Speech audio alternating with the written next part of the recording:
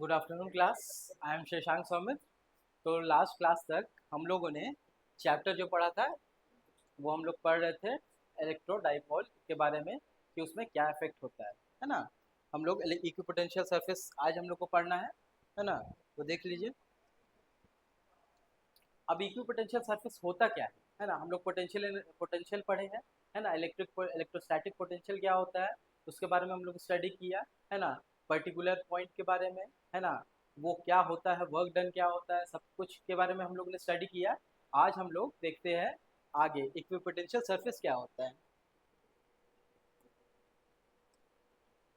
Equipotential surface क्या होता है? A surface which has same electrostatic potential at every point on it is known as equipotential surface. A surface in which has same electrostatic potential at every point on it is known as equipotential surface. कहने का मतलब है एक particular area है ना, वहां पर क्या होगा अगर हर पॉइंट पे, एक पर्टिकुलर पॉइंट पे अगर टोटल कंप्लीट एरिया में, है ना, टोटल कंप्लीट सरफेस पे अगर इलेक्ट्रोस्टैटिक पोटेंशियल अगर सेम होगा तो हम लोग उसको इलेक्ट्रोपोटेंशियल सरफेस बोलेंगे। देखिए, for a single charge Q then the potential is given by, हम लोग पोटेंशियल का फॉर्मूला हम लोग को पता था, v is equals to 1/4 pi epsilon naught q by r। ये हम लोगों ने पढ़ चुका था। Where q is the charge, r is the distance between, ठीक है। r दोनों चार्ज और उसके बीच का डिस्टेंस हम लोग को पता था, ये हम लोग के बारे में जानते थे हम लोग। अब देखिए, shape of electropotential surface due to a line charge, line charge के कारण क्या होता है, सिलिंड्रिकल। जैसे हम लोगों ने गॉसियन सरफेस में पढ़ा था कि एक लाइन चार्ज के कारण क्या होता है, गॉसियन सरफेस क्या होगा, वो होगा सिलिंड्रिकल। सिमिलरली इस केस में भी the shape of electropotential surface due to a line charge is cylindrical, cylindrical होगा, और पॉइंट चार्ज के कारण spherical होगा। अब देखिए डायग्राम के से हम लोग को पता चल रहा है क्या है, ये एक पॉजिटिव चार्ज है,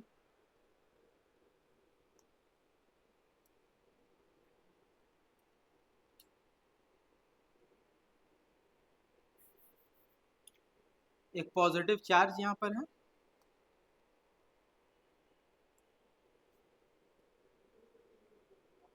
प्लस क्यू, ठीक है। इलेक्ट्रिक फील्ड लाइंस यहाँ से निकल रहा है, पॉजिटिव है तो आउटसाइड निकलता है, फील्ड लाइंस आउटसाइड होते हैं,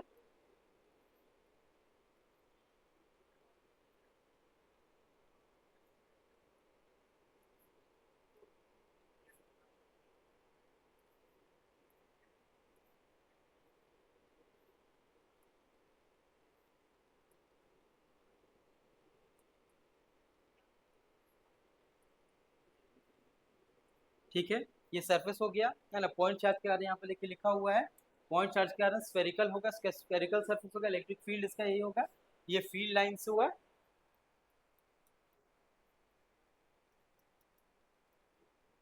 अब इक्विपोटेंशियल सरफेस होगा कैसे, अब मान लीजिए एक पर्टिकुलर रेडियस आर, अगर ये रेडियस आर से हम लोग एक सर्कल ड्रॉ कर रहे हैं,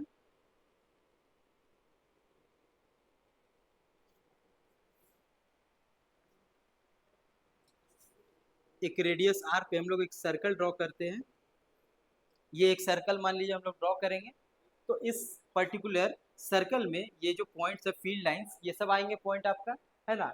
ये पॉइंट आएंगे, ये आएंगे, ये आएंगे, ये सब point, सारे पॉइंट इसी सर्कल पे लाई करेंगे। अगर एक हम लोग इमेजिनरी सर्कल बना दे एक इलेक्ट्रिक फील्ड लाइंस के कारण, इलेक्ट्रिक फील्ड लाइंस खुद इमेजिनरी होते हैं, एक सर्कल अगर हम लोग बना दिया जाए यहाँ पर, तो इस हर पॉइंट पे, ये जितना सारे पॉइंट है सर्कल पे, all points,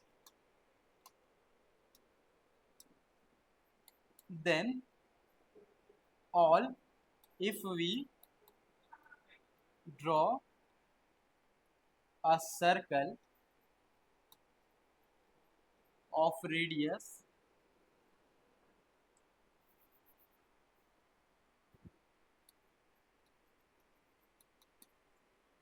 r, then all points lying on the surface of circle are points of equipotential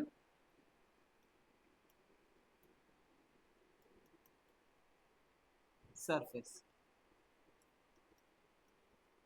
कहने का इस मतलब क्या है कि एक पर्टिकुलर फील्ड लाइंस पे हम लोग एक सर्कल ड्रॉ कर दिया r डिस्टेंस पे। ये सपोज कीजिए ये डिस्टेंस r होगा, r डिस्टेंस पे हम लोग बना लिए हैं एक सर्कल।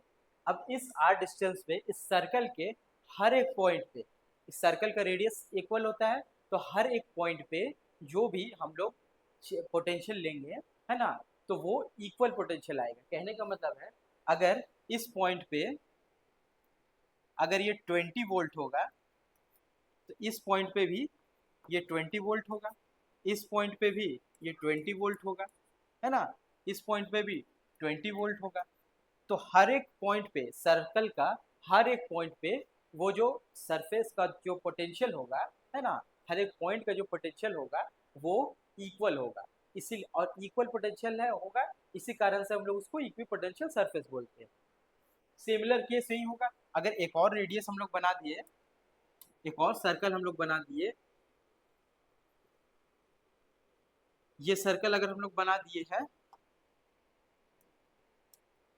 R2 रेडियस का, ठीक है, तो इस पे भी हर एक पॉइंट, कहने का मतलब किसी भी एक पॉइंट का आप अज्यूम कर लीजिए कि इसका मान लीजिए 40 वोल्ट होगा,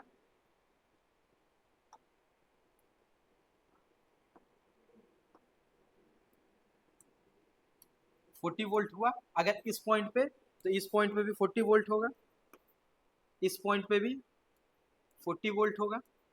सिमिलर हर पॉइंट पे उस सर्कल का R2 रेडियस जिस पे हम लोग बनाए हैं, हर एक पॉइंट पे हर एक का सरफेस पे वो जो पोटेंशियल होगा वो इक्वल होगा, इसलिए एक वो पर्टिकुलर एक इक्विपोटेंशियल सरफेस हो गया। ये आपको क्वेश्चन हर बार आता है ना। एक डायग्राम दे दिया जाएगा, उसमें आपको बताना पड़ेगा कि इसमें कौन सा इक्विपोटेंशियल सरफेस है, कौन सा इक्विपोटेंशियल सरफेस नहीं है। और इक्विपोटेंशियल सरफेस पे किसी भी अगर मूव हम लोग करेंगे तो वर्क डन वहाँ पर जीरो होता है, क्योंकि सेम पोटेंशियल होता है। इसको भी आप नोट डाउन कर लीजिए। In case of equi potential surface, if we move from one point of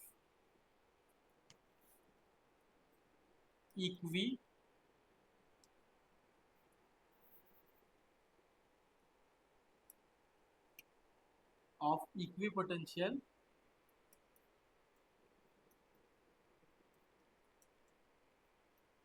surface,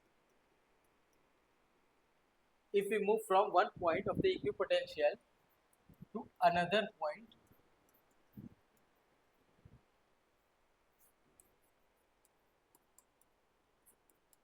then the net work done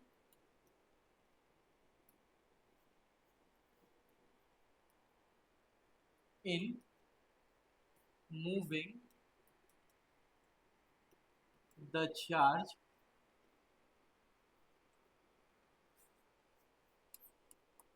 from one point to another is zero।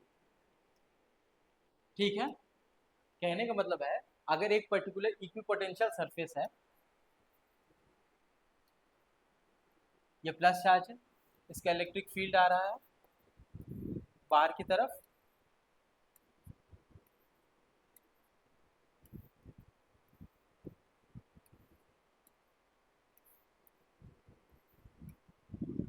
और ये आर रेडियस का सर्कल है।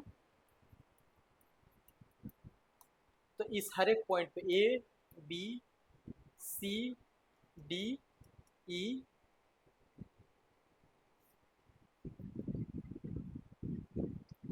ई F G H I J, ये हर एक point हुआ, ये equipotential surface का पॉइंट हुआ। तो इस पे अगर आप ए टू बी मूव करेंगे या बी टू सी मूव करेंगे या बी टू डी मूव करेंगे या डी टू डायरेक्ट एच आएंगे, किसी भी पॉइंट पे आप एक पर्टिकुलर पॉइंट से दूसरे पर्टिकुलर पॉइंट पे आप जाएंगे, मूव करेंगे, तो वो क्या होगा, वहां का वर्क डन जीरो होगा। आपने फॉर्मूला देखा है, हम लोगों ने फॉर्मूला देखा है, वर्क डन क्या होता है, work done external from A to B, या यहाँ पर आप कोई भी पॉइंट ले सकते हैं, फ्रॉम एनी पॉइंट, है ना, उसमें क्या होता है Q V B minus V A, ये आप लोगों ने फॉर्मूला देख चुका है ना, ये पिछले लास्ट क्लासेस में हम लोगों ने फॉर्मूला करवाया था कि ये फॉर्मूला होता है वर्क डन एक्सटर्नल का, है ना, वी क्या होता है, वी एक्सटर्नल क्या होगा, work done external by Q, इसी से ये फॉर्मूला कुछ नहीं हम लोग किए हैं, डायरेक्ट क्यू को इधर मल्टीप्लाई कर दिया, वर्क एक्सटर्नल आ गया, तो वर्क एक्सटर्नल क्या था, Q into V A minus V B. अब मान लीजिए वी ए पॉइंट और वी बी पॉइंट दोनों का पोटेंशियल तो सेम होगा, तो V A is equals to V B, तो फाइनल क्या होगा, W external is equals to Q into V A minus V A is equals to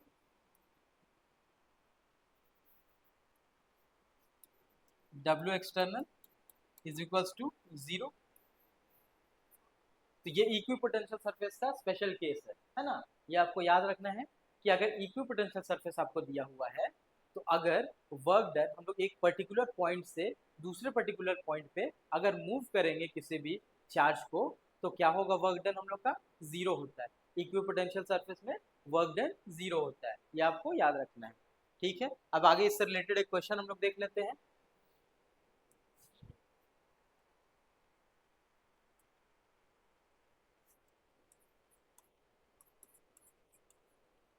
The diagram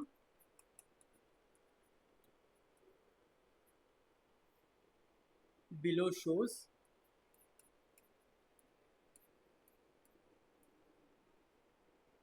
region of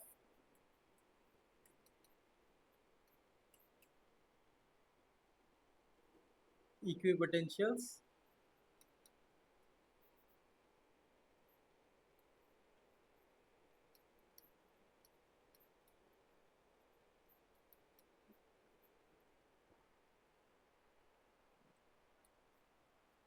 of positive charge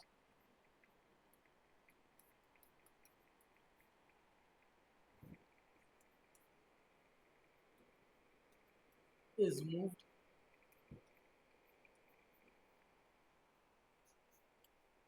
from A to B in each diagram.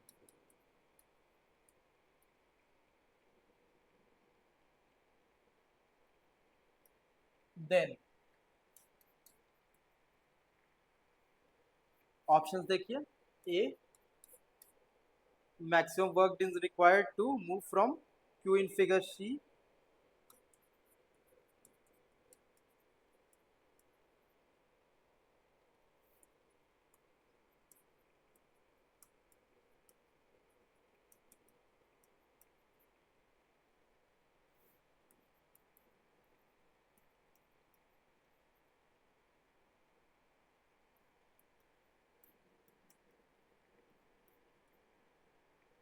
B,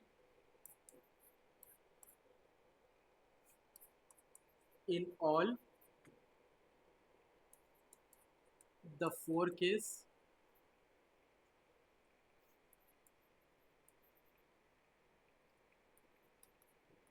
the work done is same। C देखिए, minimum work done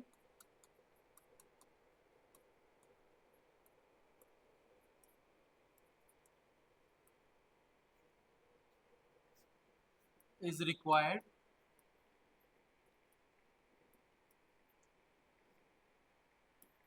to move Q in figure A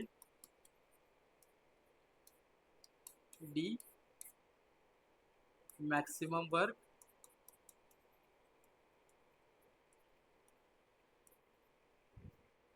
is required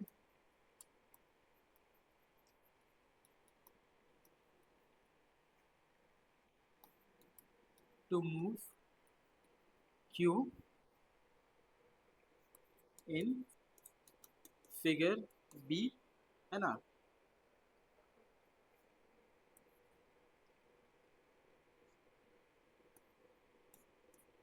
अब figure देख लीजिए चारों हम लोग, ये A होगा,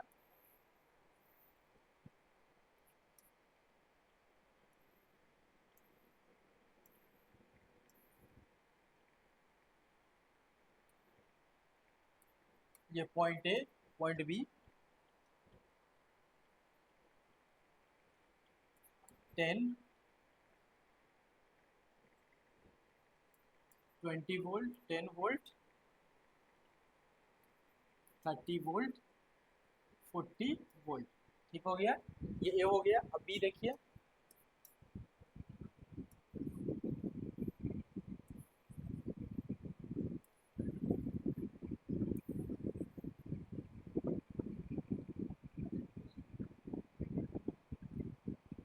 ये ए पॉइंट, ये बी पॉइंट,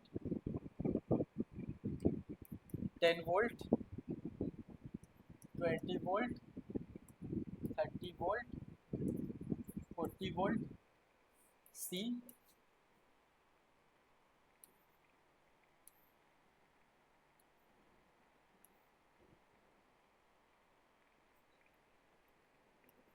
ए B 10 volt, 20 volt, 30 volt, 40 volt. और figure D,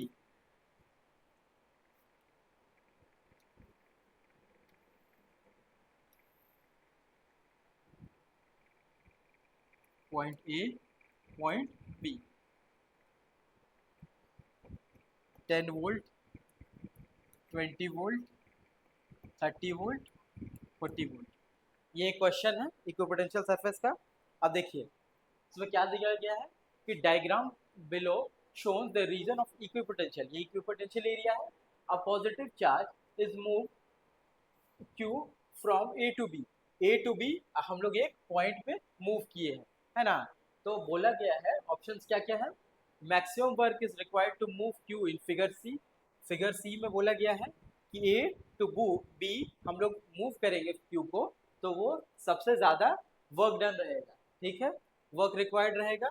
B, in all 4 cases the work done is same, हम लोग देखते हैं। मिनिमम सी में है minimum work done is required to move Q in figure A, figure A में minimum work done बोला गया है ए टू बी मूव करने पे। या ऑप्शन डी है maximum work is required to move Q in figure B, figure B में, figure B में हम लोग को मैक्सिमम वर्क रिक्वायर्ड है to move Q in A to B, ठीक है। हम लोग चारों ये देख लेते हैं कि इसमें क्या क्या, ये ऑप्शन हम लोग को दिया। आप चारों फिगर आप देख लीजिए, एक ए ये हुआ, बी ये हुआ, सी ये हुआ, डी ये हुआ। अब देखिए होता क्या है, आप लोगों ने पढ़ा था कि W एक्सटर्नल क्या होता है, ए टू बी के लिए Q into V B minus V A, ठीक है, यही होगा, है ना।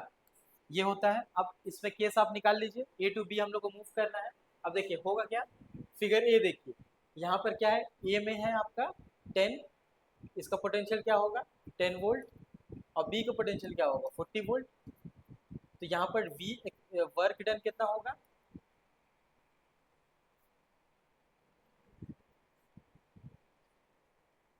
वर्क डन क्या होगा आपका, वर्क होगा Q इंटू 40 माइनस 10, ठीक है, तो 30Q, ये होगा वर्क डन। सिमिलरली बी में क्या होगा आपका, बी में भी, बी देख लीजिए, यहाँ पे पॉइंट ए पे है 10 वोल्ट और बी पे है 40 वोल्ट। सिमिलर यहाँ पर वर्क डन एक्सटर्नल भी आपका होगा 30Q, है ना। सी में भी आपका 30Q, क्योंकि ये भी ए 10 वोल्ट पे है, अभी 40 वोल्ट पे है। सिमिलर केस है ए में, ये देखिए ये भी 10 वोल्ट पे है, अब पॉइंट बी ये भी आपका 40 वोल्ट पे है, ठीक है, तो यहाँ भी सेम होगा। तो कहने का मतलब है in all the cases, in all the 4 cases the work done is same, क्योंकि देखिए VA टू VB आप मूव किसी में भी कीजिएगा, है ना, आप निकालेंगे Q into 40 minus 10 is equals to 30Q। 30Q आपका ये हो गया आपका वर्क डन एक्सटर्नल, ठीक है, तो ये आपका आ गया फॉर्मूला, है ना। तो इस तरह का क्वेश्चन आपको हर समय CBSE हो या JEE मेंस हो, नीट हो, इस लेवल का क्वेश्चन आपको देगा, एक फिगर दे दिया जाएगा और उसको आपको पहचानना है कि इक्विपोटेंशियल में वर्क डन क्या होगा, यहाँ पर कभी वर्क डन निकालना है, इस तरह से अलग अलग तरीके से आपको निकालना पड़ेगा। आप देख लीजिए यहाँ पर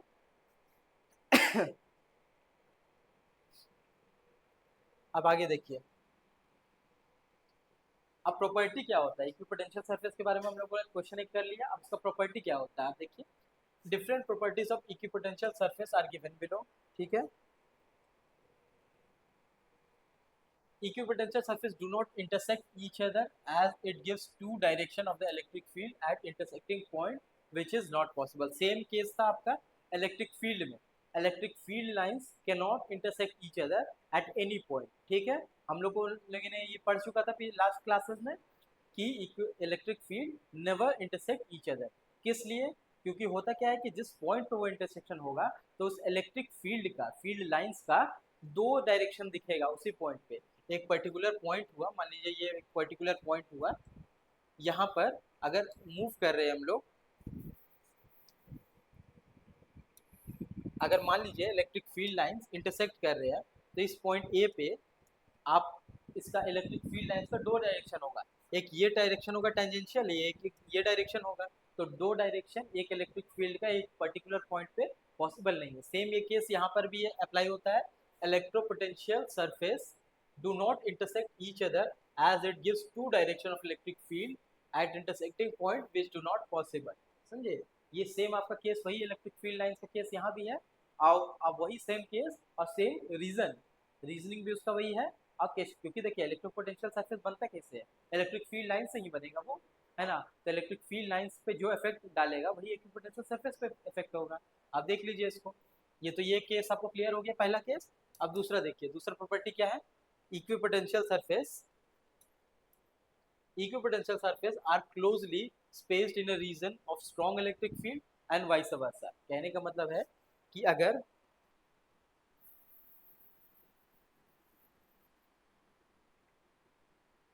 equipotential surface are closely spaced in the region of strong electric field, कहने का मतलब अगर ये स्ट्रॉन्ग इलेक्ट्रिक फील्ड है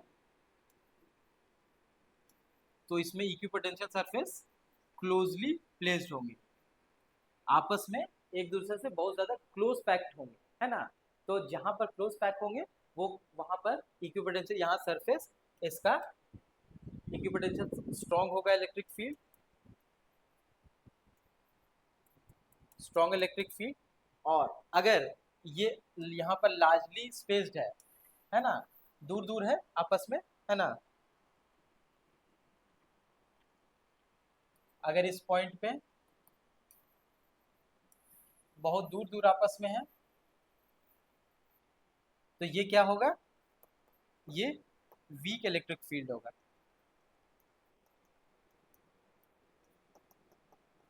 ये सब एक सरफेस आपस में दूरी पे है ना, डिस्टेंस है, तो ये हो जाएगा आपका वीक इलेक्ट्रिक फील्ड।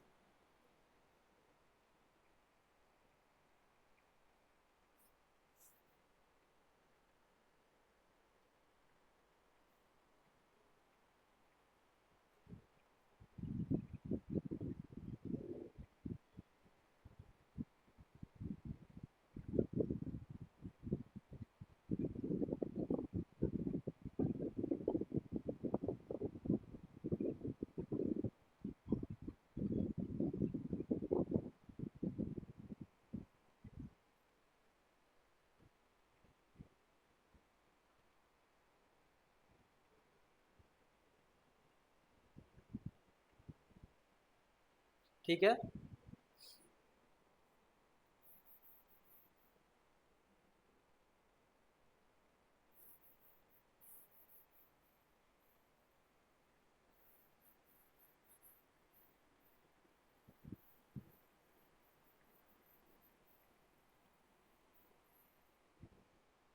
जहाँ इक्विपोटेंशियल सरफेस क्लोज पैक्ड होंगे, है ना, वहाँ पर वो स्ट्रॉन्ग इलेक्ट्रिक फील्ड को रिप्रेजेंट करेंगे, इंडिकेट करेंगे। और जहाँ पर दूर होंगे, स्पेसिंग ज़्यादा होगा, वहाँ पर क्या होगा, वो वीक इलेक्ट्रिक फील्ड को रिप्रेजेंट करेंगे। अब तीसरा प्रॉपर्टी देख लीजिए, the electric field is always normal to the electropotential surface at every point of it and directed from one equipotential surface at higher potential to equipotential surface at low field.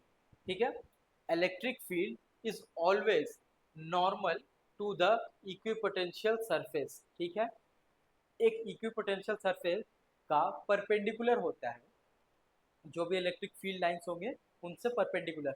ठीक है, ये आपको देख लेना है। वो कैसे पता चलेगा, मान लीजिए एक ये क्यू चार्ज है, प्लस क्यू चार्ज है, ये इलेक्ट्रिक पोटेंशियल है ना, ये फील्ड लाइंस क्रॉस कर रहे हैं,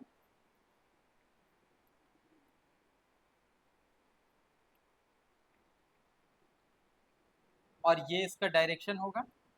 आपको पता है कि एक टेंजेंट टेंजेंट है, वो डिसाइड करता है इक्विपोटेंशियल का क्या डायरेक्शन होगा, तो इस डायरेक्शन में वो है, और उससे इलेक्ट्रिक फील्ड हमेशा परपेंडिकुलर होते हैं। ये प्रॉपर्टी आपको याद रखना है, हर बार ये पूछ लिया जाता है, एक एमसी क्वेश्चंस में ये पूछ लिया जाता है। ठीक है, at every point of it and directed from one equipotential surface at higher potential to the equipotential surface at lower। कहने का मतलब अगर एक और equipotential surface हम लोग ले लेंगे, मान लीजिए ये equipotential surface है, इसका 40 वोल्ट है हर पॉइंट पे, और ये 20 वोल्ट है, तो इसका जो डायरेक्शन होगा इक्विपोटेंशियल का, है ना, वो हमेशा होता है, it is and it is directed from one potential electric potential cell at higher potential to electric potential at lower.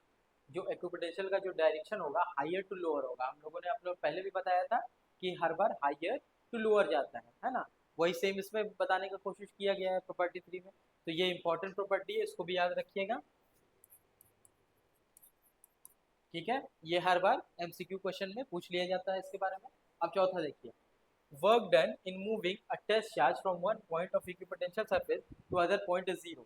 अभी आपने हम लोगों ने इसको देखा है ना, इसका एक्सप्रेशन करके भी हम लोगों ने बताया है, एक एग्जांपल लेके भी बताया है कि एक भी अगर work done in moving a test positive charge, और ये टेस्ट चार्ज आप रखिए from in an equipotential surface is zero, work done zero होता है किसी भी एक पर्टिकुलर पॉइंट। कहने का मतलब इस पॉइंट से, ये पॉइंट से अगर बी पॉइंट पे आप मूव करेंगे तो ये दोनों का पोटेंशियल इक्वल होगा, है ना, ये भी 40 वोल्ट पे, ये भी 40 वोल्ट पे, तो इसका क्या होगा, work done is equal to zero, zero होता है। यही यहाँ पर बताया गया है ना, देख लीजिए सेम। अब आगे देखते हैं,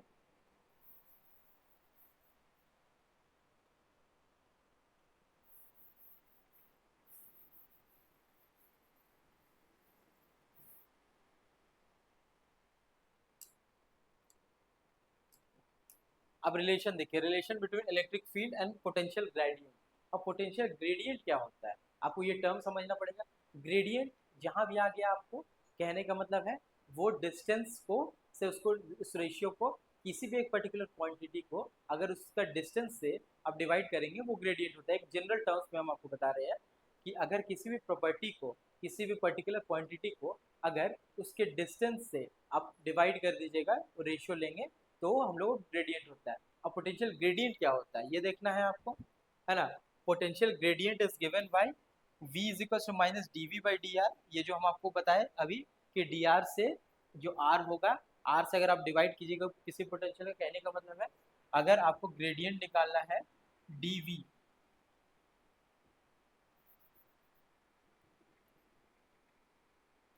D V by D R, ये निकालिएगा तो ये ग्रेडियंट होगा।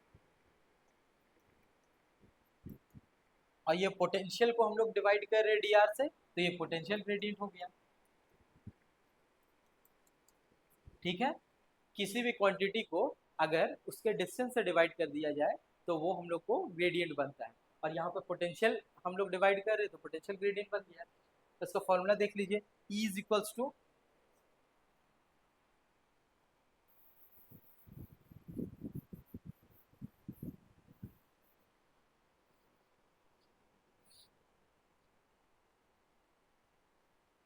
E is equals to minus dv by dr।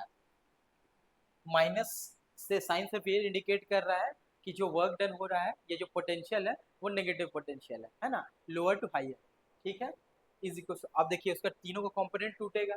हम लोग को वेक्टर क्वांटिटी पढ़े थे कि किसी भी एक वेक्टर क्वांटिटी, मान लीजिए आप है एक वेक्टर क्वांटिटी हम लोग ले लेंगे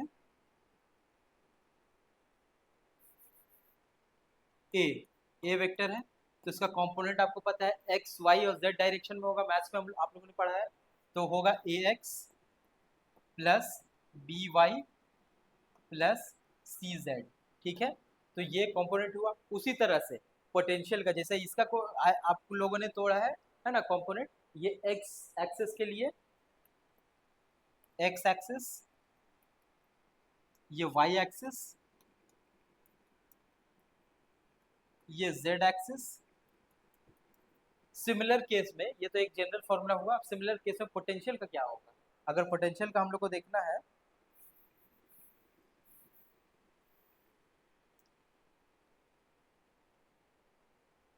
v is equals to V X plus V Y plus V Z. ठीक है ना। जो इसका कंपोनेंट वी एक्स का कंपोनेंट होगा, वी वाई होगा, वी जेड होगा, क्योंकि देखिए कोई भी एक फील्ड है या पोटेंशियल है, हम लोग रिप्रेजेंट करते हैं थ्री डी फिगर में, है ना। वो क्या है, सिंगल हम लोग रिप्रेजेंट करेंगे थ्री डी फिगर में और टू डी फिगर में होता है। लेकिन जनरल केस में हम लोगों ने देखा है कि हर मतलब थ्री डी फिगर में हम लोग रिप्रेजेंट करेंगे, किसी भी एक पर्टिकुलर पॉइंट है वो स्पेस में होगा, है ना। वो ऐसा तो हम लोग सिमिलर सिंपलिसिटी के लिए हम लोग पढ़ लेते हैं वन डी फिगर या टू डी फिगर, लेकिन हमेशा तो जो भी चार्जेस होंगे वो तो आपको किसी एक पर्टिकुलर स्पेस में होगा। तो स्पेस में अगर है तो उसका एक्स कंपोनेंट होंगे, वाई कंपोनेंट होंगे, जेड होंगे। मान लीजिए ये एक चार्ज है, ये वाई एक्सिस, ये एक्स एक्सिस, ये जेड एक्सिस, एक पर्टिकुलर पॉइंट क्यू है ना। तो इसका तीनों कंपोनेंट होगा। जेड एक्स, जेड से कुछ बना रहे हैं, एक्स से कुछ बना रहे हैं, और यहाँ पर जेड से भी बनेगा कुछ, है ना। तो ये उसका स्पेस में रिप्रेजेंटेशन होगा हर चार्ज का। सिमिलर केस में पोटेंशियल का भी होगा, उसका वी एक्स कॉम्पोनेंट होगा, एक्स एक्सिस के डायरेक्शन में भी कोई कॉम्पोनेंट होगा, वाई एक्सिस के भी होगा और जेड एक्सिस के होगा। तो सिमिलर केस ये हो गया आपका।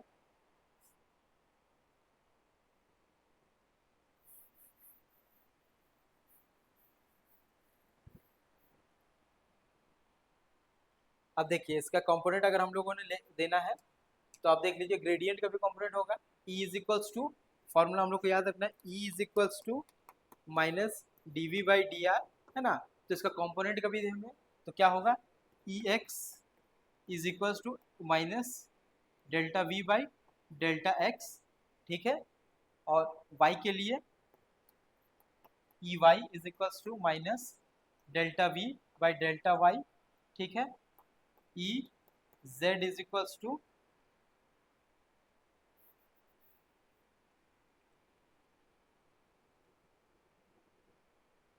Minus D V by D Z. ठीक है, ये हम इसका तीनों कंपोनेंट हो गया, एक्स का कंपोनेंट, वाई कंपोनेंट और जेड कंपोनेंट, ये तीनों हम लोगों ने देख लिया, है ना। और ग्रेडियंट भी देख लिया कि इसका तीनों ग्रेडियंट क्या होगा, एक्स का एक्स डायरेक्शन में, वाई डायरेक्शन में और जेड डायरेक्शन में। ठीक है, is equals to minus D V by D R. ये फॉर्मूला इंपॉर्टेंट है, आपको याद रख लेना है, इंपॉर्टेंट है, इसको आपको याद रखना है। आगे इससे रिलेटेड आपको न्यूमेरिकल भी करवाया जाएगा, है ना। और हर तरह के एग्जाम में आपसे डायरेक्ट ग्रेडियंट के बारे में पूछ लिया जाएगा। आपका रिलेशनशिप क्या होता है, आगे देखिए। Where negative sign indicates that the direction of electric field is from higher potential to lower potential, that is in the direction of decreasing potential। decreasing potential को represent करने के लिए ये हम लोग लिया जाता है, कन्वेंशन है। आप कोई दिक्कत नहीं है इसमें, अगर नेगेटिव अगर इसको मान लिया जाएगा, फ्रॉम लोअर टू हायर मानेंगे आप, तो उसमें पॉजिटिव होगा, एक और नेगेटिव चार्ज हो जाएगी। E is equal to minus D V by D R. ठीक है, इसको अगर हम लोग हायर टू लोअर ले रहे हैं, अगर लोअर टू हायर हम लोग को लेना है, क्या करना है, इसमें कुछ नहीं करना है, minus into minus D V by D R आ जाएगा, ये हो जाएगा D V by D R, ये होगा लोअर टू हायर। ठीक है, इसलिए आपको ये माइंड में रखना, हायर टू लोअर को हम लोग नेगेटिव लेंगे और लोअर टू हायर को हम लोग पॉजिटिव ले लेंगे। ये केस आपको ये सब याद रखना है और कुछ नहीं, है ना। अब देखिए electric field is in the direction of which of the following potential decreasing steepest, ठीक है। हम लोग डायरेक्शन उसी में लेते हैं कि मैग्नीट्यूड का हायर कहाँ होगा, जो वो स्टीप होगा। कहने का मतलब अगर ये हायर एक पोटेंशियल ए है और बी है, ए टू बी अगर बहुत ज्यादा हाई होगा, है ना, ए का पोटेंशियल बहुत ज्यादा हाई है और बी का लो है, तो क्या होगा, वहां स्टीपेस्ट डिक्लाइन होगा। Steepest DV by D R आपको क्या आपको रिप्रेजेंट कर रहा है, वो आपको स्लोप रिप्रेजेंट करता है, ठीक है। आप लोगों ने पढ़ा है मैथ्स में डीवी बाई डी आर किसी भी, या डीवी बाई डी एक्स या D A by D x किसी भी एक वेक्टर है, उसका कंपोनेंट अगर हम लोग तोड़ते हैं तो क्या रिप्रेजेंट करता है, स्लोप रिप्रेजेंट करता है, ये स्लोप होता है। तो ये स्लोप मैक्सिमम कब होगा, जब दोनों के बीच का डिफरेंस बहुत ज्यादा होगा। वही यहाँ पर बताया गया है, electric field is in the direction of which of the potential decreases steepest. Steepest कब होगा, अगर स्लोप, जब एक पर्टिकुलर पॉइंट देखिए जैसे कि ये हुआ,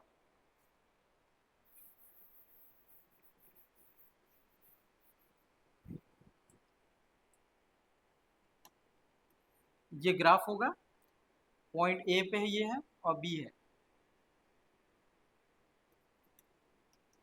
अब इसका जो डिक्लाइन होगा ए टू बी, इसका स्लोप आपका स्टीपेस्ट होगा। एक और पॉइंट मान लीजिए, कहने का मतलब है बी1 ये हो गया, ये बी2 पॉइंट आप ले लीजिए, ये होगा, ये बी3 पॉइंट ले लीजिए, ये बी4 पॉइंट ले लीजिए।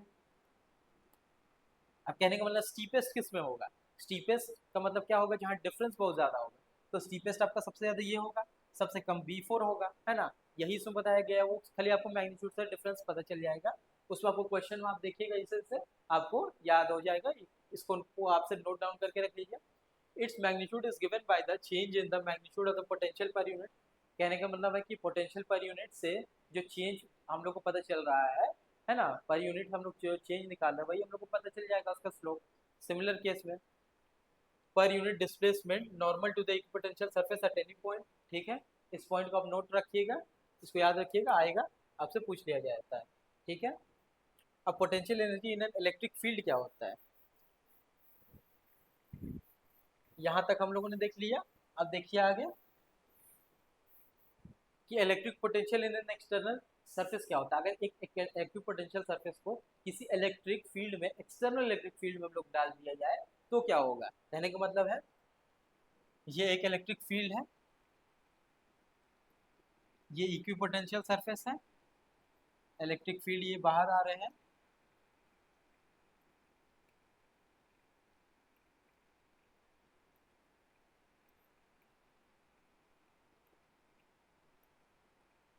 ठीक है। अब कोई एक एक्सटर्नल इलेक्ट्रिक फील्ड है, दूसरे कलर से ले लेते हैं,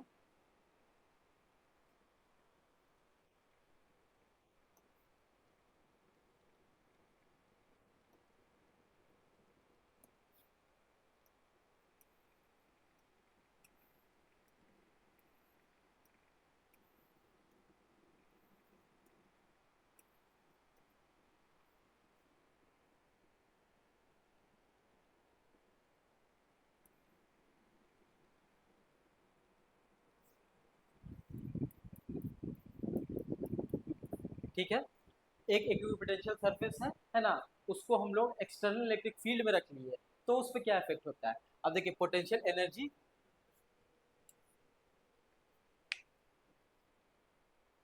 potential energy in an electric field, electric field में क्या होता है उस पर आप देख लीजिए पोटेंशियल एनर्जी का। Potential energy of a single charge, potential energy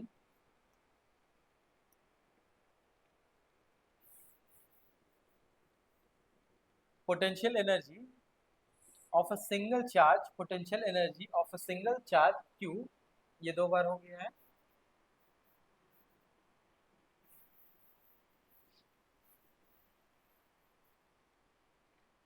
of a single electric q at a point with a position vector r in an external field is given by q into vr। q vr आपको पता है, ठीक है। ये हम लोग को पता है कि पोटेंशियल एनर्जी क्या है, a potential energy of a system of two charges where Vr is the potential energy at point due to external electric field. अगर एक पोटेंशियल को हम लोग एक एक्सटर्नल इलेक्ट्रिक फील्ड में रखेंगे तो पोटेंशियल एनर्जी क्या डेवलप होगा, उसका रिलेशनशिप देख लीजिए. Potential energy of a single charge, potential energy of a single charge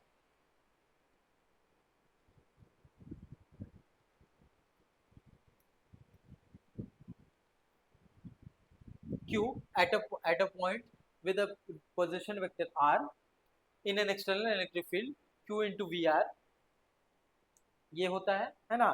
अब potential energy of a system क्या होगा, एक पर्टिकुलर सिस्टम होगा. पोटेंशियल एनर्जी हम लोग देख लिए डाइपोल तक, हम लोग को इक्विपोटेंशियल सरफेस हम लोग देख लिया. पोटेंशियल एनर्जी के बारे में जानिए. अब किसी भी एक पर्टिकुलर चार्ज में हम लोग डेवलप हो वर्क डन अगर हम लोग किए है ना, तो वर्क डन पे होगा तो उस पर तो कुछ एनर्जी चाहिए, तो वही एनर्जी जो रिक्वायर्ड है उसको हम लोग पोटेंशियल एनर्जी बोलते हैं, है ना. तो पोटेंशियल एनर्जी होता है कुछ नहीं है ना, उसके बारे में हम लोग जो एनर्जी उसको चाहिए, वर्क डन के बारे में हम लोग देख लिए हैं. और उसके बारे में जो एनर्जी चाहिए वो हम लोग बोला जाता है पोटेंशियल एनर्जी. पोटेंशियल एनर्जी का फॉर्मूला क्या होता है, क्यू इंटू वी आर होगा, सेम होगा, है ना, अगर एक्सटर्नल फील्ड में है. अब अगर potential system of two charge, अगर एक से ज़्यादा चार्ज है तो उसका क्या फॉर्मूला होता है, ये आप डायरेक्टली याद रख लीजिए. Q is equals to U is equals to Q1 VR1 plus Q V2 R2 VR2 Q1 into Q2 by 1 by 4 pi epsilon not. इसको देख लीजिए. U is equals to Q into Q V into R1 plus Q V into R2 plus 1 by 4 pi epsilon not Q1 Q2 by R12. कहने का मतलब है अगर दो charge है आपका, ये पॉइंट ए हुआ, ये पॉइंट बी हुआ, इसका वेक्टर रेडियस वेक्टर R1 हुआ, ये R2 वेक्टर हुआ, पोजीशन वेक्टर है. R1 R2 पोजीशन वेक्टर है, ठीक है. अब ये A टू B अगर हम लोग मूव करेंगे है ना, तो उसमें दो चार्ज के कारण यहाँ पर A पे एक Q1 चार्ज है, Q चार्ज है, B भी है, Q1 चार्ज है, ये Q2 चार्ज है, ठीक है. अब इस दो चार्ज के कारण है ना पोटेंशियल एनर्जी क्या डेवलप होगा, तो हम लोग को ये सेम सेम फॉर्मूला है. U is equals to, U से रिप्रेजेंट करते हैं हम लोग पोटेंशियल एनर्जी को. U is equals to Q1 VR1, ठीक है, Q इंटू VR1 होगा, ठीक है. फिर दूसरा होगा Q2 इंटू VR2, ये होगा Q इंटू VR2, है ना. ये R1 R2 पोजिशन वेक्टर है, एक इसके कारण होगा और ओरिजिन से, ये ओरिजिन आप पॉइंट रखिए, इसके कारण एक ये होगा है ना, जो होगा Q1 VR1, एक ये होगा Q2 के कारण B पॉइंट पे R2 के कारण Q2 इंटू VR2, और एक दूसरे भी तो इन्फ्लुएंस डालेंगे, A और B आपस में भी तो इन्फ्लुएंस डालेंगे क्योंकि वो दोनों इंटरैक्ट कर रहे हैं एक दूसरे से. अब उसका क्या होगा, ये पोजीशन वेक्टर क्या होगा आपका R12 होगा, ये दोनों के बीच का डिस्टेंस R12 होगा, वो क्या होगा 1 by 4 pi epsilon not Q1 Q2 by R12, ठीक है. जो पोटेंशियल हम लोग को करना है, सिमिलर केस है ये, तो ये इंपॉर्टेंट केस है, आपको इससे रिलेटेड हम न्यूमेरिकल भी कराएंगे, इसको आप याद रख लीजिए. और एक्सटर्नल फील्ड में क्या होता है ये भी आप याद रख लीजिएगा, ठीक है. अब आगे देखिए, Q1 Q2 बता दिए हैं, position vector R1 R2 respectively है. VR1 is the potential at R1 due to external field, V2 is VR2 है potential at R2 due to external field, ठीक है. ये हो गया, ये आपका फॉर्मूला आपको याद रखना है, सिस्टम ऑफ टू चार्जेस के कारण पोटेंशियल एनर्जी क्या होता है ना. ये क्वेश्चन हर बार आपको आता है, ये तो सारे क्वेश्चन है आपको पोटेंशियल एनर्जी से रिलेटेड, है ना, वो भी हम आपको बता देंगे कि कैसे कैसे उसको सॉल्व किया जाता है, चाहे वो CBSE का क्वेश्चन हो, बोर्ड का क्वेश्चन हो, या तो फिर आपको किसी और का क्वेश्चन हो कॉम्पिटेटिव एग्जाम का. सिमिलर इस फॉर्मूला से हर कुछ सॉल्व होगा, उसमें कुछ ट्रिक आपको लगाना पड़ेगा, वो देख लेना पड़ेगा, वो हम आगे आपको बता देंगे, ठीक है. अब इलेक्ट्रोस्टैटिक शील्डिंग क्या होता है ये भी आपको पढ़ना है. इलेक्ट्रोस्टैटिक शील्डिंग क्या होगा, है ना, देखिए, the process which involves the making of a region free from any electric field is known as electrostatic shielding. कहने का मतलब है कि एक पर्टिकुलर एरिया में, है ना, the process by involving the making of a region free from any electric field is known as electrostatic shielding. कहने का मतलब है एक पर्टिकुलर एरिया है, ये पर्टिकुलर एरिया रखिए, एक ये पर्टिकुलर एरिया है, इसको हम लोगों को क्या करना है कि इलेक्ट्रिक फील्ड से फ्री करना है ना।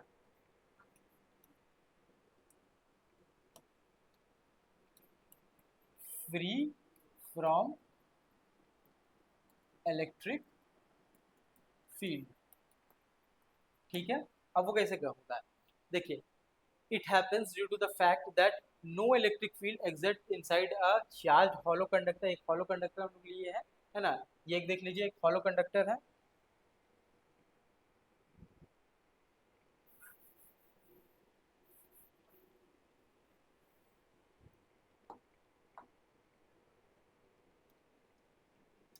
ये एक हॉलो कंडक्टर है, ये एक एरिया सरफेस हम लोग ले ले रहे हैं, ये एक हॉलो कंडक्टर है, इसमें क्या होता है, electric field is equal to zero होता है, और पोटेंशियल होगा आपको वी नॉट, कोई पोटेंशियल होगा, V is equal to V naught is equal to constant. कहने का मतलब एक चार्ज आपका हॉलो सिलेंडर इस कंडक्टर है, हॉलो सिलेंडर आप हॉलो स्फेयर ले लीजिए, है ना। यहाँ पर हॉलो कंडक्टर लिया गया, कंडक्टर का मान हम लोगों ने यहाँ पर ले लिया है एक हॉलो स्फेयर,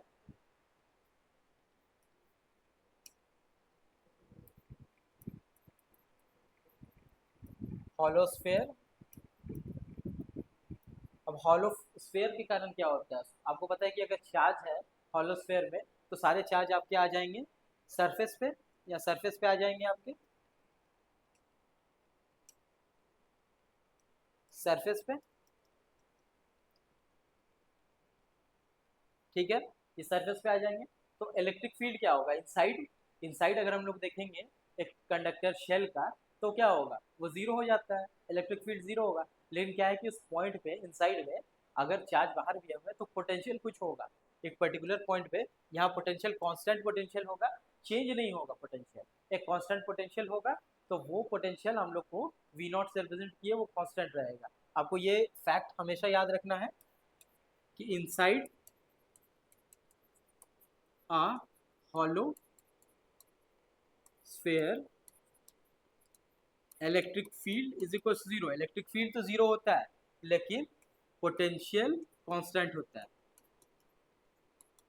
ये इंपॉर्टेंट फैक्ट है, आपको याद रखना है कि स्फेयर का केस में, एक हॉलो स्फेयर का केस में क्या होता है, क्योंकि चार्ज सब उसके सरफेस पे आ जाते हैं, सरफेस पे एक्यूमुलेट कर जाते हैं, इनसाइड तो कोई चार्ज नहीं रहेगा, तो इलेक्ट्रिक फील्ड इनसाइड तो जीरो होगा, ठीक है। लेकिन जो पोटेंशियल होगा उसका तो कुछ पोटेंशियल तो रहेगा एक पर्टिकुलर पॉइंट पे, कोई भी पॉइंट आप यहाँ पर ले लीजिए, वहाँ पर कुछ तो पोटेंशियल होगा, उसके कारण पोटेंशियल तो जीरो होता नहीं है, तो पोटेंशियल कॉन्स्टेंट हो जाएगा आपका, जो एक पर्टिकुलर पॉइंट पे है वो कॉन्स्टेंट वैल्यू होगा वहाँ पर, ठीक है। It happens due to fact, तो इसी को बोलते हैं हम लोग इलेक्ट्रोस्टैटिक शील्डिंग, है ना।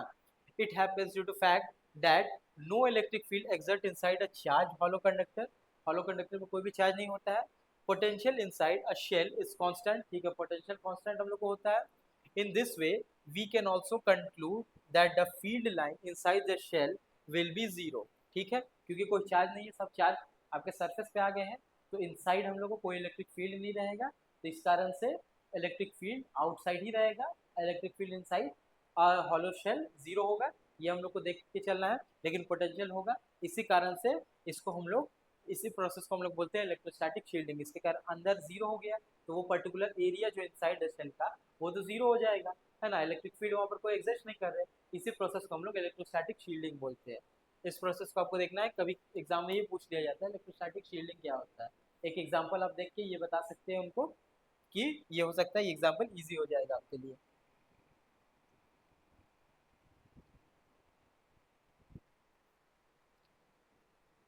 ठीक है, यहाँ तक हम लोगों ने किया है इलेक्ट्रोस्टैटिक शील्डिंग तक, है ना। अगले क्लास में हम लोग इससे आगे बढ़ेंगे, कुछ क्वेश्चन इससे रिलेटेड करेंगे, है ना, और फिर आगे तो और सभी कंसेप्ट देखेंगे कैपेसिटर रिलेटेड। तो इलेक्ट्रोस्टैटिक पोटेंशियल तक हम लोगों ने आज कंप्लीट कर दिया है ना। यहाँ से जो भी आगे का प्रोसेस है, बहुत सारे क्वेश्चंस जो भी रिलेटेड है इससे आते हैं आपको बोर्ड्स एग्जाम में या कम्पिटिटिव एग्जाम में, तो उसके बारे में हम आपको करवा देंगे, उसके लिए अलग से यहाँ तक का आपको करवा दिया जाएगा। उसके आगे चैप्टर फिर कैपेसिटर स्टार्ट होगा, और कैपेसिटर में क्या क्या प्रोसेस होगा, कैपेसिटर का किस तरह का मैकेनिज्म होता है, किस तरह से वो काम करता है कैपेसिटर, उसका काम क्या होता है, ये सब चीज़ के बारे में हम आगे आपको एक्सप्लेन करेंगे। इससे रिलेटेड यहाँ तक के लिए अभी पोटेंशियल के लिए आप ये देख लीजिएगा, इसको रिवाइज करते रहिएगा। हाँ, कोई भी कंसेप्ट आपको अगर समझ ना आ रहा हो या आपको और ज़्यादा चाहिए डिटेल्ड एक्सप्लेनेशन या किसी प्रोसेस में आपको डेरिवेशन का ज़रूरत है तो उसके बारे में आप कमेंट कीजिएगा, हम आपको आगे लेक्चर में उसके बारे में आपको तो डिटेल बता दिया जाएगा। ठीक है, तो आज के लिए इतना ही कंक्लूड करते हैं, आगे फिर हम लोग कल लास्ट में करेंगे। ठीक है, थैंक यू।